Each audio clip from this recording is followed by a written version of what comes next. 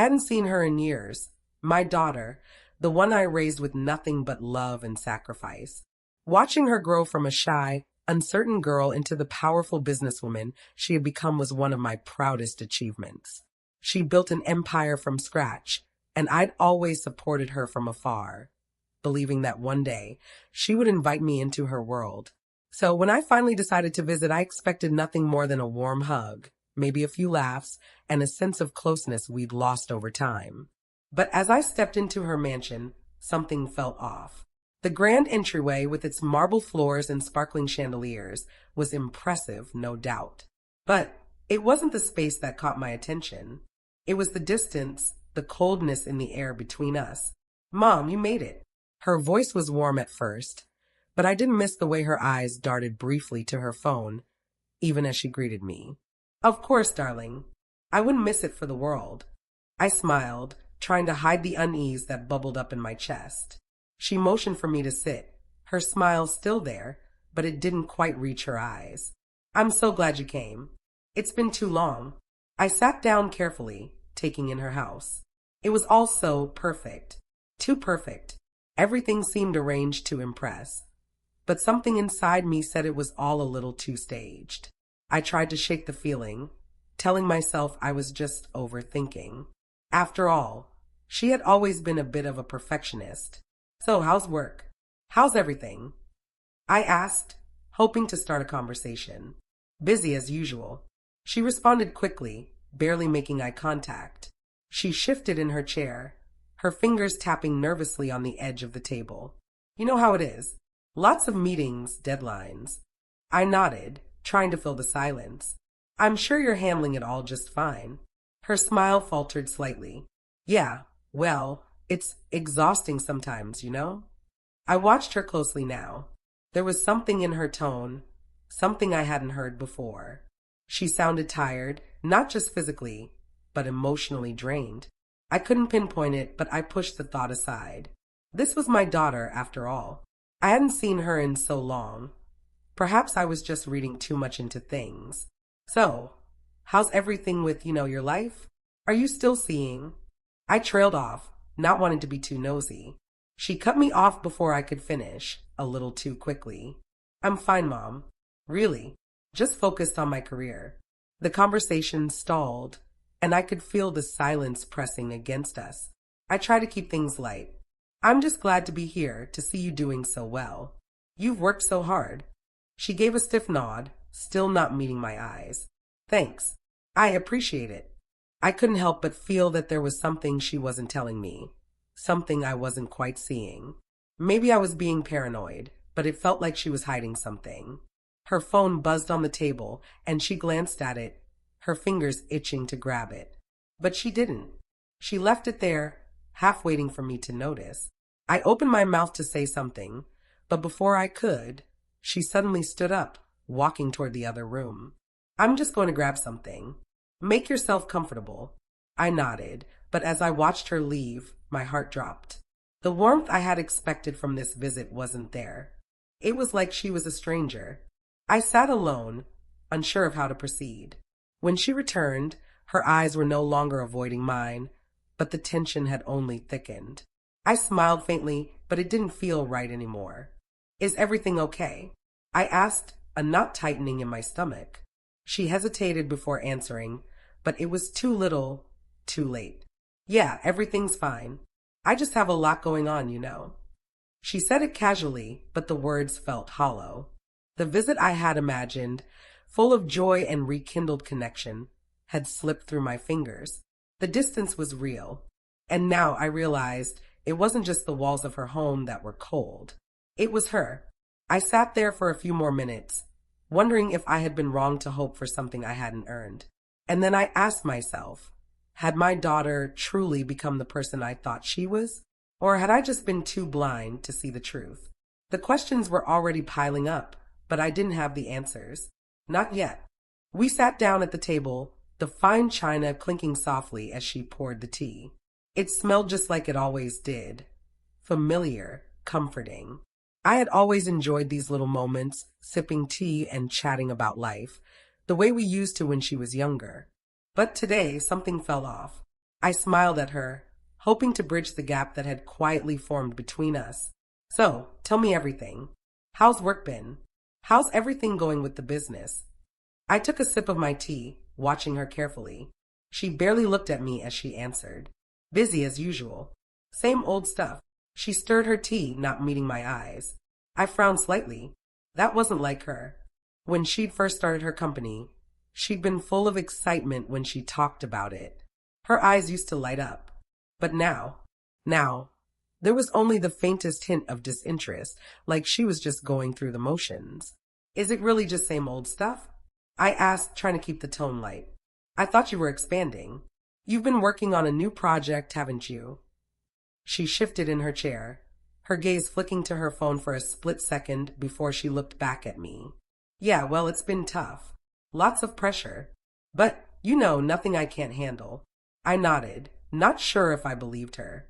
There was a tension in her voice I couldn't ignore. But I didn't push it, not yet. Maybe it was just the stress of work. We continued talking, but the conversation felt distant, like there was a wall between us. I could see her eyes wandering over to her phone every few moments, and her fingers drummed nervously on the table. How's Alex? I asked, trying to bring up something more personal, something that might break the ice. She stiffened slightly at the mention of his name, and I instantly regretted asking. He's fine, she said, her voice flat. We're doing okay. Busy.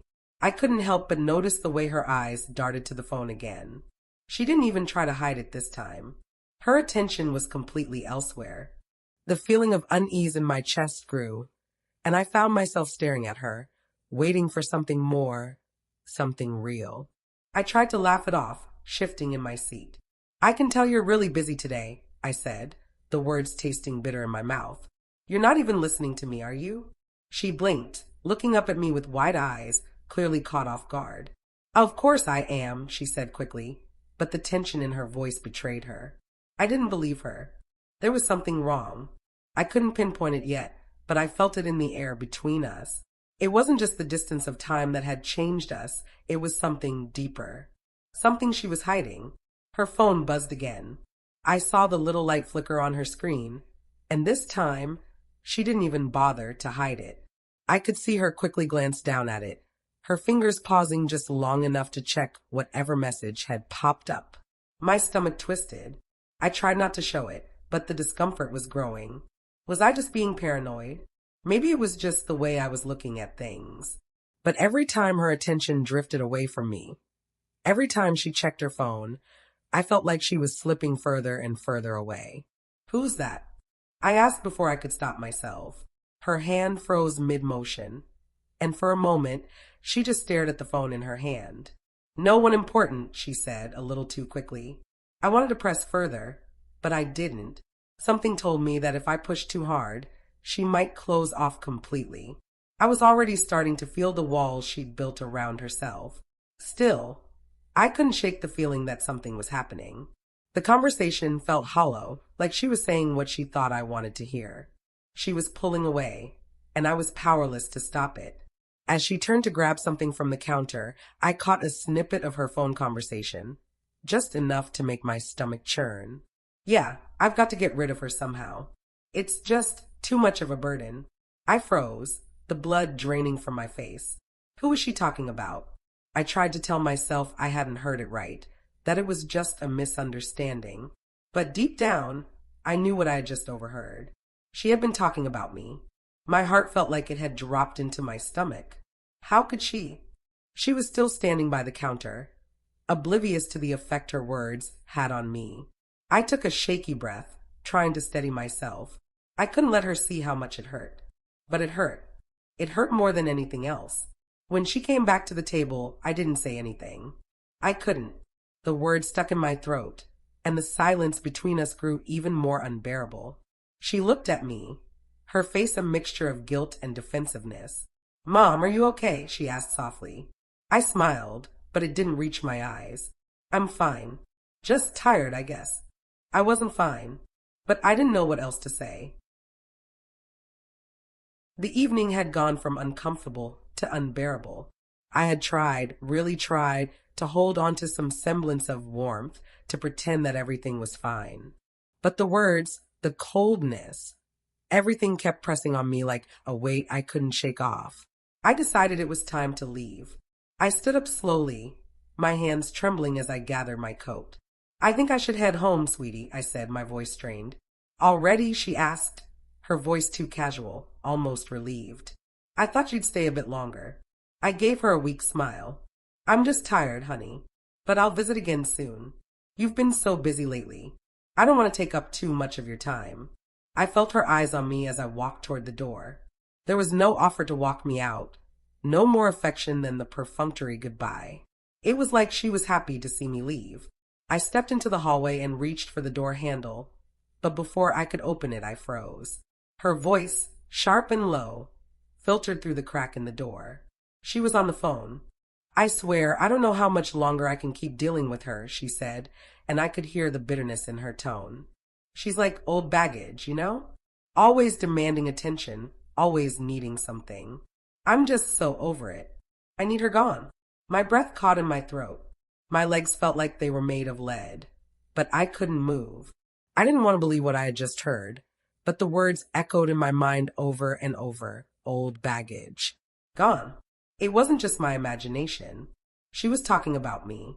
My chest tightened. My heart, how it ached. I had raised her, loved her, supported her through everything. And this was how she saw me. A problem to be removed? My mind raced. Had I really been so blind? All these years, I thought I was the mother she'd wanted, the parent she could count on. I thought I was someone she would always turn to, no matter what. But now, standing there in the cold hallway of her mansion, I realized that the distance between us wasn't just emotional. It was something far darker. Old baggage. My vision blurred with tears, but I fought them back. I couldn't let her see me like this. I couldn't show her how deeply her words had cut. I had to keep my composure, even though the floor beneath me felt like it was crumbling away. I heard her voice again, this time more defensive. No, I can't do this anymore. She doesn't get it. I'm running a business, and I can't keep putting her needs first. She was speaking to someone else, but I didn't care who. It didn't matter anymore. The words were too clear, too painful. I backed away slowly from the door, retreating into the shadows of the hallway. My hands clenched into fists at my sides, but my body felt weak. She doesn't get it. Was she really saying that about me? Was I so invisible to her now that I had become a burden? I didn't wait any longer. I couldn't. My feet moved on their own, carrying me toward the front door. I barely heard her finish the conversation as I hurriedly exited her house, the sound of my footsteps echoing in the silence. Outside, the cold air hit me like a slap in the face. I drew in a sharp breath, trying to steady myself, but my heart was pounding. My mind wouldn't stop replaying what I'd just heard. I had to admit it now. She had changed. She wasn't the daughter I had loved and raised. I didn't know who she was anymore. I had been fooling myself, holding onto an illusion of the loving daughter who needed me. The truth was, she hadn't needed me for a long time. And maybe that's what hurt the most. Not that she had pushed me away, but that she had done it without a second thought. I stumbled down the steps, my emotions swirling, unsure of where to go or what to do next. All I knew was that I couldn't stay there, pretending everything was fine. The illusion was shattered. The truth, her truth, was a cold, cruel reality I couldn't escape. As I got into my car, I sat for a long moment, staring at the dashboard. My hands were still shaking. The pain was overwhelming, but it wasn't just the betrayal. It was the feeling of being so utterly alone in a world I thought I understood. But one thing was clear. I wasn't going to play the part of the victim. Not anymore. I started the engine and drove away, leaving her mansion and everything it represented behind me. I barely slept the night after hearing her words. They kept replaying in my head, sharper with each passing minute. Old baggage. I could still hear her voice, filled with disdain. The truth was too painful to ignore. I spent the whole day in a haze, unable to shake the cold realization that my daughter, my flesh and blood, had turned against me. She didn't need me. In fact, she didn't even want me. I had been nothing more than a burden, an inconvenience she could do without. By the time the evening rolled around, I knew I couldn't let it go. I couldn't pretend I hadn't heard what I had heard. I had to confront her. I drove to her house, my hands gripping the wheel tighter than I intended, my knuckles white with anger and hurt. I wasn't sure what I expected, but I couldn't let it fester. Not anymore. I rang the doorbell, my heart pounding in my chest. She answered almost immediately, her face lighting up in a way that felt insincere. "Mom, what are you doing here?" Her voice was a bit too sweet, too rehearsed. I stared at her, the anger rising in my throat. "We need to talk." Her eyes flickered with confusion, but I could see the way she tensed. She knew exactly what I wanted to talk about. We sat down at the kitchen table, but this time there was no comfort, no warmth. The silence between us was thick, suffocating. I couldn't wait any longer. "You need to explain to me what you said yesterday. I overheard your phone call." Her expression flickered, just for a moment, but then it was gone, replaced by that cold, detached look I hadn't seen before. She crossed her arms, leaning back in her chair as though she were preparing for a fight. "I didn't want you here in the first place," she said, her words striking me like a slap. She didn't even look sorry. "You've always been a burden, Mom." My breath caught in my chest. For a moment, I couldn't speak.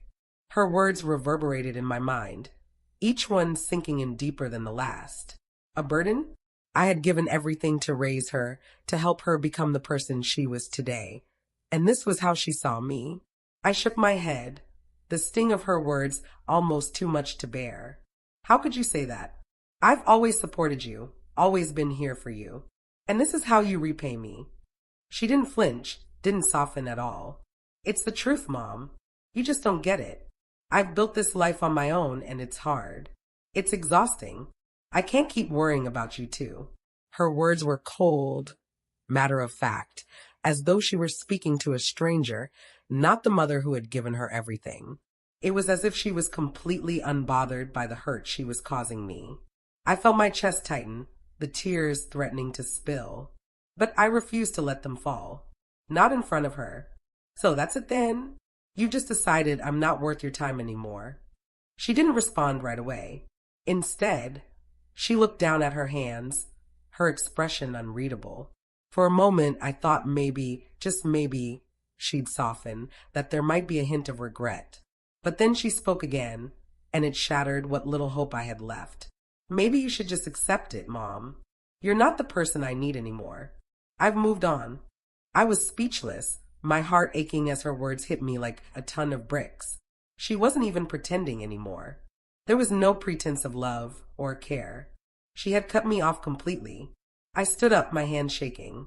"I thought you loved me," I said quietly, my voice barely above a whisper. Her gaze met mine, but it was cold. "I did, but I don't anymore." I turned away, my eyes stinging with tears I couldn't hold back anymore. She didn't see it. She didn't see the devastation she had caused. "Goodbye, Mom," she said, her voice flat. And just like that, the door between us slammed shut, emotionally, if not physically. I could feel it, the finality of her words. The betrayal wasn't just in her actions. It was in her refusal to acknowledge the person I once was to her. I left her house, my heart in pieces, wondering how I had ever failed to see the person she had become. I walked away from her house in a daze, my legs moving, but my mind frozen in disbelief. The words she had said were still echoing in my ears, too cruel to shake off. A burden. How could she say that to me? How could she, of all people, treat me like I was nothing more than an inconvenience? I had been her rock, her emotional anchor for years. I'd sacrificed everything for her, my time, my energy, my heart. And this was how she repaid me. The anger built inside me like a storm, brewing stronger with each step I took. I had always been the one to hold it together for her. I had been the one to support her, to lift her up, even when it felt like the world was crashing down on both of us. I had given her everything, and in return, she had thrown me away. But something inside me stirred as I walked away. Something I hadn't felt in years. It wasn't just heartbreak anymore. It was rage. A fire that began to burn inside me, stronger than the pain, stronger than the betrayal. I couldn't let this go. I was done being her emotional punching bag. done being her second choice. I had spent my life supporting her, but now it was time for me to focus on myself. I needed to make her pay. I wasn't sure how yet, but I would find a way. I wouldn't let her get away with treating me like this. She had made a terrible mistake, and I wasn't going to just sit by and let it go unnoticed. For the first time in a long time, I felt in control. I wasn't the helpless mother begging for affection. I wasn't the woman she could easily push aside. No, I was going to make her see the cost of her actions. As I sat in my car, the engine running, I let the thought sink in. The plan was already forming in my mind, piece by piece.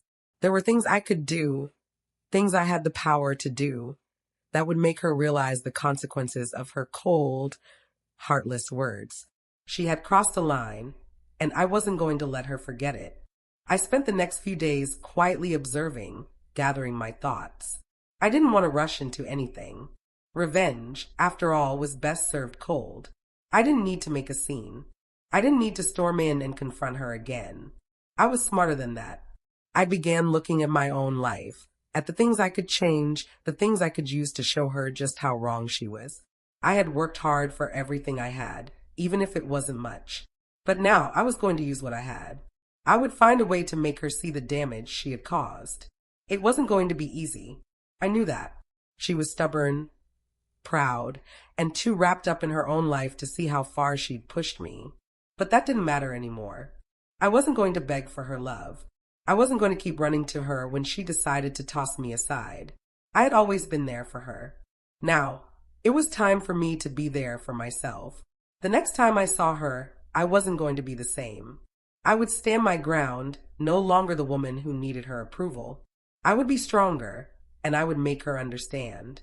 And maybe, just maybe, when everything fell apart for her, when she felt the weight of what she had done to me, she would finally understand what it felt like to be betrayed by someone you loved more than anything. I had spent too many years being her emotional crutch. It was time for her to face the consequences of her own actions, and I was going to make sure she did. I wasn't just angry anymore. I was determined, and this time, I wasn't going to let her win. The decision was harder than I thought it would be. At first, all I could feel was the sharp sting of betrayal, the crushing weight of her words. Revenge seemed like the only thing that could give me some sense of justice, some satisfaction for the pain she'd caused. But deep down, I knew revenge wouldn't bring me peace. It would only keep me trapped in the same cycle of bitterness and resentment. I had been so focused on what she had done to me that I had forgotten something important. I had a life of my own. I had a future, even if it felt like it had been ripped apart in an instant. So I made a decision. I wasn't going to let her define my life any longer. I wasn't going to let her actions control my happiness. I started small. I found a little apartment, a modest one, but it was mine. A space where I could finally breathe again, away from the memories of her coldness. The walls weren't much, but they were mine, and that gave me a sense of peace I hadn't felt in months. The apartment wasn't just a place to live. It became my sanctuary. I filled it with little things that made me smile. Pictures from my past, the few belongings I had left from better days. I made it mine, piece by piece, until it felt like a home again, a place where I could heal. I also started reconnecting with old friends, the ones I had lost touch with over the years. Friends who had always been there for me, who hadn't judged me when I became consumed by my role as a mother. They welcomed me back with open arms, reminding me of the woman I used to be before all of this. And then, for the first time in what felt like forever, I learned how to enjoy peace. I spent quiet evenings by myself, reading, cooking, enjoying the small pleasures I had almost forgotten. I found comfort in solitude, in the idea that I could live for myself without anyone else's approval. My emotional scars, though they still lingered, began to heal. Slowly but surely. I knew I wasn't completely over the betrayal. It still hurt, and I still felt the weight of her words when I let myself think about them. But I wasn't going to let that pain consume me anymore. I wasn't going to let her absence dictate my future. The more I focused on rebuilding my life, the more I realized that my next move wasn't about revenge. It wasn't about punishing her for what she'd done. No, it was about survival. I was going to live for myself now. If she wanted to reconnect, she would have to come to me. I wasn't going to chase her, and I wasn't going to beg for her love. The decision was hers, not mine. I couldn't keep holding on to the hope that she would come around. I couldn't keep waiting for her to see me the way I once saw her. I had to let go of that fantasy. And as I sat in my new apartment watching the evening light filter through the window, I finally felt a sense of relief. For the first time in a long time, I wasn't living for someone else. I was living for me. It wasn't easy, but it was right. I had given her so much of myself for so long. It was time to give something back to me. And if she ever decided to come looking for me, she would have to see the woman I had become, the woman who no longer needed her approval, the woman who had learned how to survive on her own. The future was mine to shape now, and I wasn't going to let anyone, especially her, take that away from me again. Months passed since I had left her house, months of trying to rebuild my life, piece by piece. I had finally started to feel like myself again, though the scars still lingered. And just when I thought I was moving forward, the world outside began to stir with whispers. At first, I didn't pay much attention. It was easy to let it go, to tell myself I was done with her. But then, the rumors started to reach me. Little whispers about how things weren't going so well for my daughter. I heard she was struggling with her relationships, that the distance between her and everyone around her was growing. Her business, which had once seemed like an untouchable empire, was facing setbacks. People said she was overwhelmed, that she was failing in ways I never thought possible. Her perfect, polished image was beginning to crack, and I couldn't ignore the strange sense of satisfaction that welled up inside me. I hadn't wanted this. I hadn't wanted her to suffer, to fall apart. But a part of me couldn't help but feel that it was deserved. She had been so cold, so heartless when she pushed me away. She had betrayed me in the worst way, and now it seemed like the world was giving her a taste of what she had done to me. But as the weeks went on, I began to notice something else, something that unsettled me deeply. There was no joy in seeing her suffer. I had expected some sense of victory, something that would feel like justice. After all, she had hurt me so badly, and now she was facing the consequences. But all I felt was sadness. The satisfaction I had imagined was nowhere to be found. Instead, I found myself questioning whether this was really what I wanted. Was I supposed to be happy that my daughter was struggling? Was this really the revenge I had envisioned when I first walked away? I had wanted her to feel the weight of her actions, but now, as I heard about her crumbling life, I couldn't shake the feeling that I had lost something in the process, something I couldn't get back. She was paying for her betrayal, that much was clear. But the price seemed too high, too painful. I didn't want to see her suffer, not like this. And yet, I couldn't deny the bitter truth that her suffering felt like a natural consequence of her arrogance. She had been so sure of herself, so confident in her own success, that she had never considered the people she was leaving behind. She had built her empire at the cost of everything else, and now the cracks in that empire were widening. As I sat alone in my apartment one evening, the weight of my thoughts pressed down on me. I wondered if she even realized the toll of her actions. Did she understand what she had lost? Was she even capable of recognizing the damage she'd done? More than that, I wondered if there could ever be reconciliation. Could we ever find a way back to each other? Could I ever forgive her for the way she treated me? Could she ever forgive herself for the hurt she had caused? I didn't know.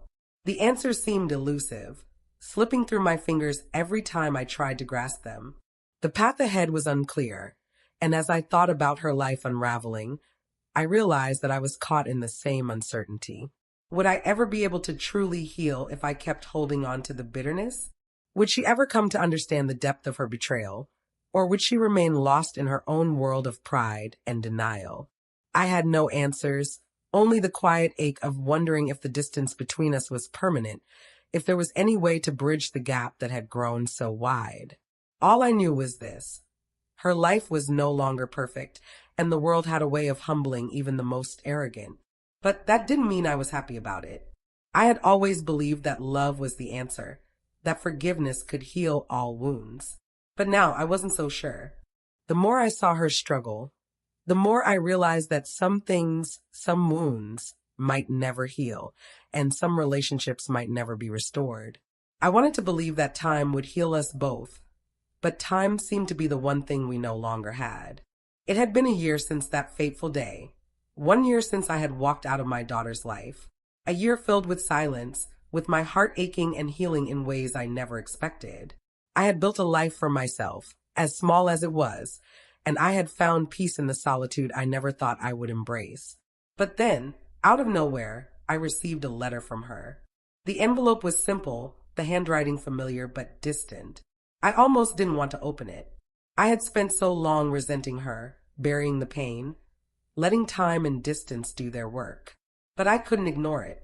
I had to know what she had to say. With trembling hands, I opened the letter. Mom, I don't expect you to forgive me. I don't deserve your forgiveness. But I need to tell you that I am sorry. I have made so many mistakes, and my pride has cost me more than I ever imagined. I pushed you away, and I hurt you in ways I never meant to. I was wrong, and I know it. I want to meet. I want to apologize in person. I want to start over if you'll let me. Please, Mom, I've learned. I hope it's not too late.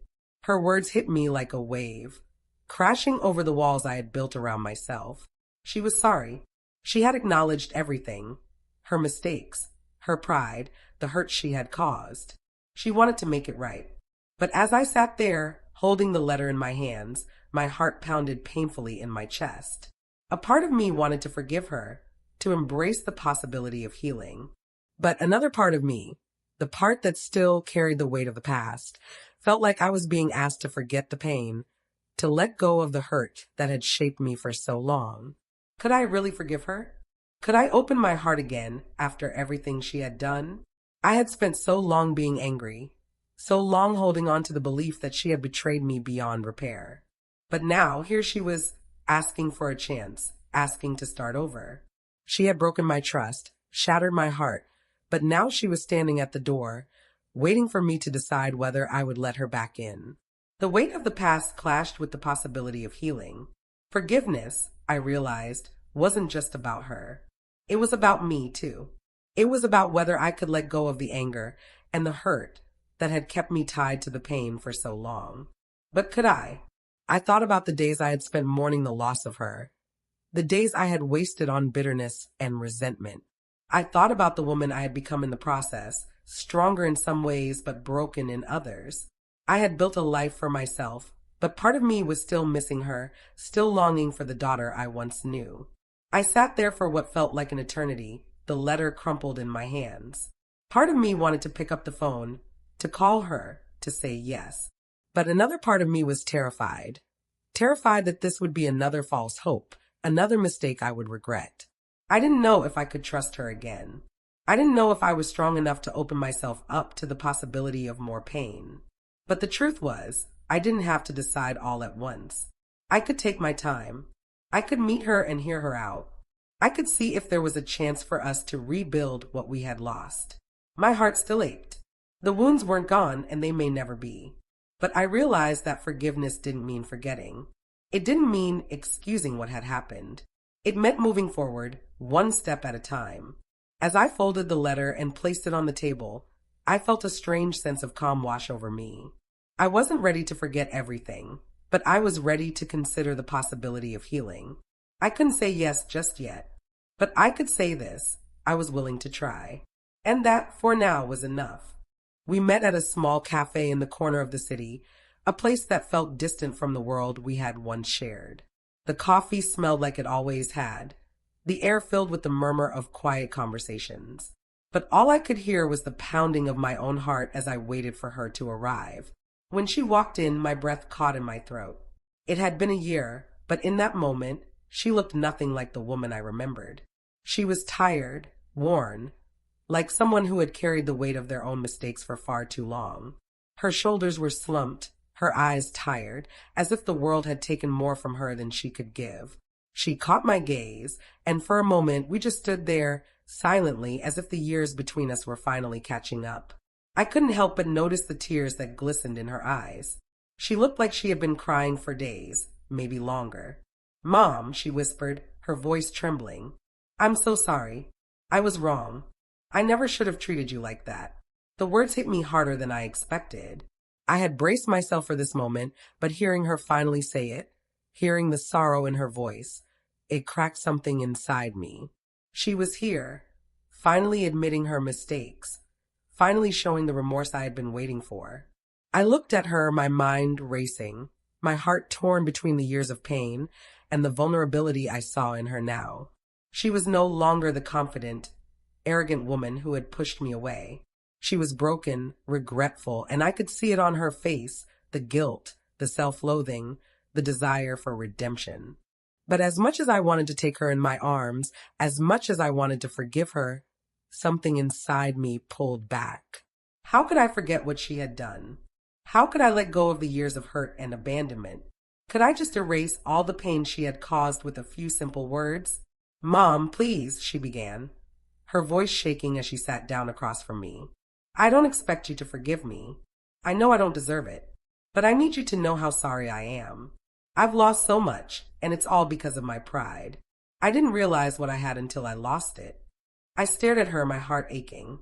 I saw the sincerity in her eyes, the tears that had been held back for far too long. But that didn't change the years I had spent alone, the loneliness that had eaten away at me every day. I wanted to forgive her, I really did.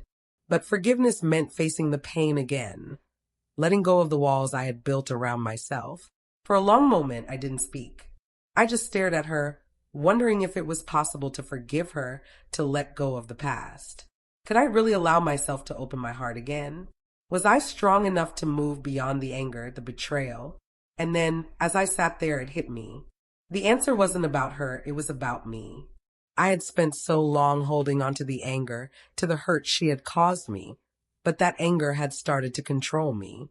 It had shaped the way I saw the world, and it had kept me from healing. Forgiving her wasn't about letting her off the hook. It wasn't about excusing her actions. It was about finding peace, about freeing myself from the chains of resentment. I realized then that I had to forgive, not for her sake, but for mine.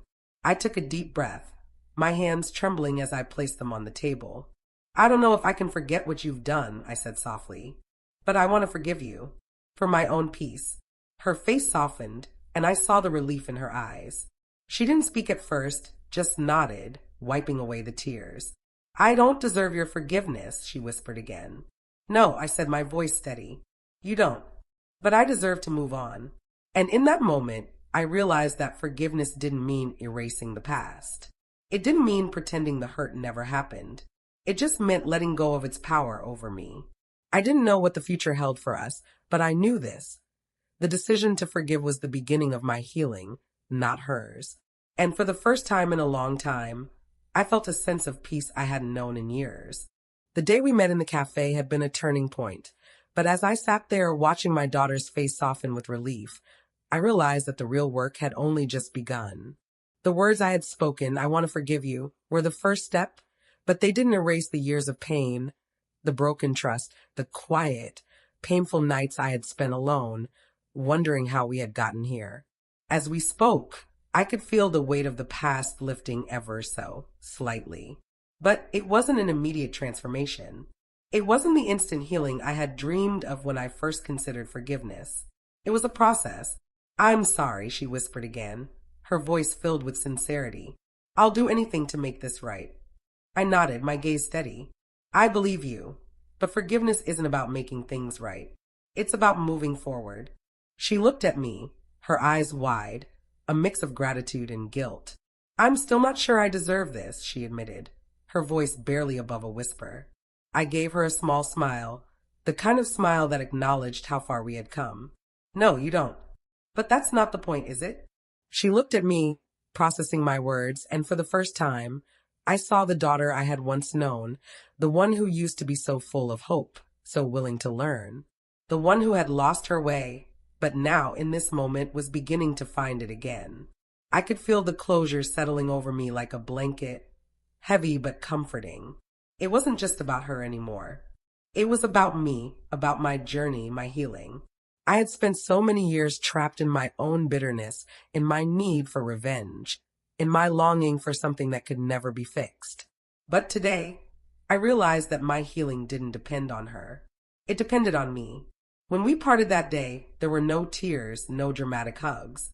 There was just an understanding between us, an unspoken agreement that this moment, this forgiveness, was enough.